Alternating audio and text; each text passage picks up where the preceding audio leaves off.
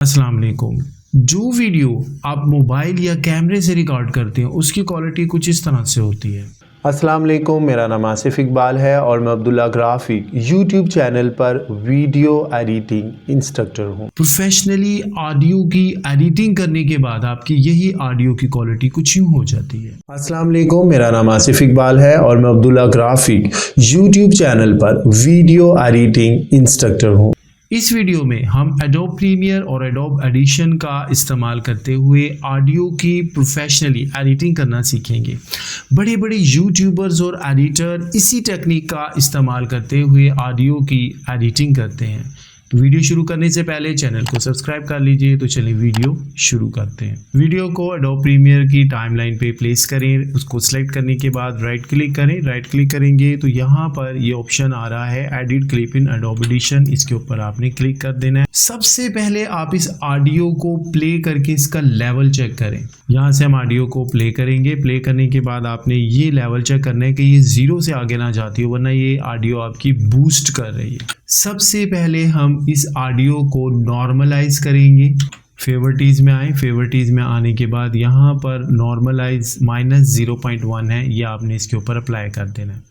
जब आप मोबाइल या कैमरे में वीडियो रिकॉर्ड कर रहे होते हैं तो कई जगह पे आपकी आवाज़ ज़्यादा होती है, कहीं पे आवाज़ आपकी कम होती है।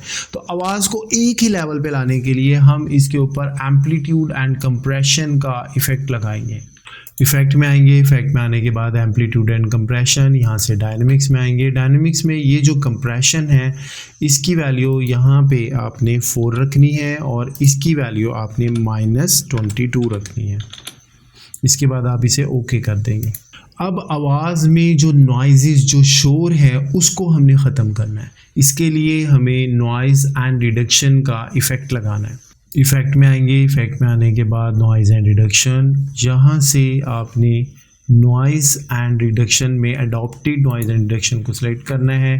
कहीं कोई चेंज नहीं करना, जस्ट जैसे है वैसे इसको अप्लाई कर देना है। आवाज़ को फाइन करने के लिए इसके ऊपर हम कुछ फ़िल्टर्स लगाएंगे। जो पहला फ़िल्टर लगेगा वो फ़िल्टर एंड EQ में जाकर हम इक्वलाइज़र 10 बैंड वाला फ़िल्टर लगाएंगे। इफेक्ट में आएंगे। इफेक्ट में आने के बाद फ़िल्टर एंड EQ, और यहाँ पर ये जो 10 बैंड्स वाला है ये फ़िल्टर हमने अप्लाई करना है। ये वैल्यूज़ आपने नोट करनी है। ये वैल्यू आपने 0.1 रखनी है, इसको 6.8, 2.8 और -0.6 रखना है। आवाज़ को भारी करने के लिए पैरामेट्रिक इक्वलाइज़र का हम फ़िल्टर इस्तेमाल करेंगे।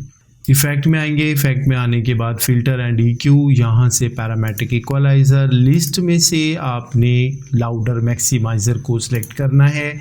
यहाँ पे ये 3 नंबर है, इसको क्लिक कर देना है। इसको थोड़ा सा नीचे ला के लेफ़्ट की तरफ करेंगे और ये जो लेवल है इसे ऊपर ले जाएंगे आवाज़ थोड़ी भारी करने के लिए, फिर इसको अप्लाई कर देंगे।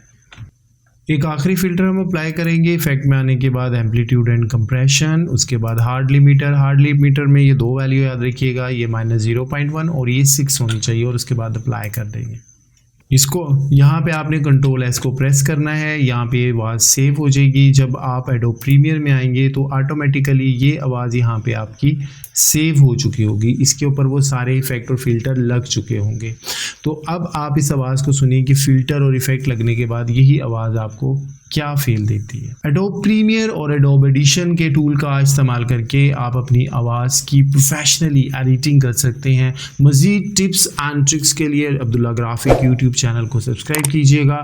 हमारी नेक्स्ट वीडियो का इंतज़ार कीजिएगा। अपना बहुत ख्याल रखिएगा। अस्सलाम वालेकुम।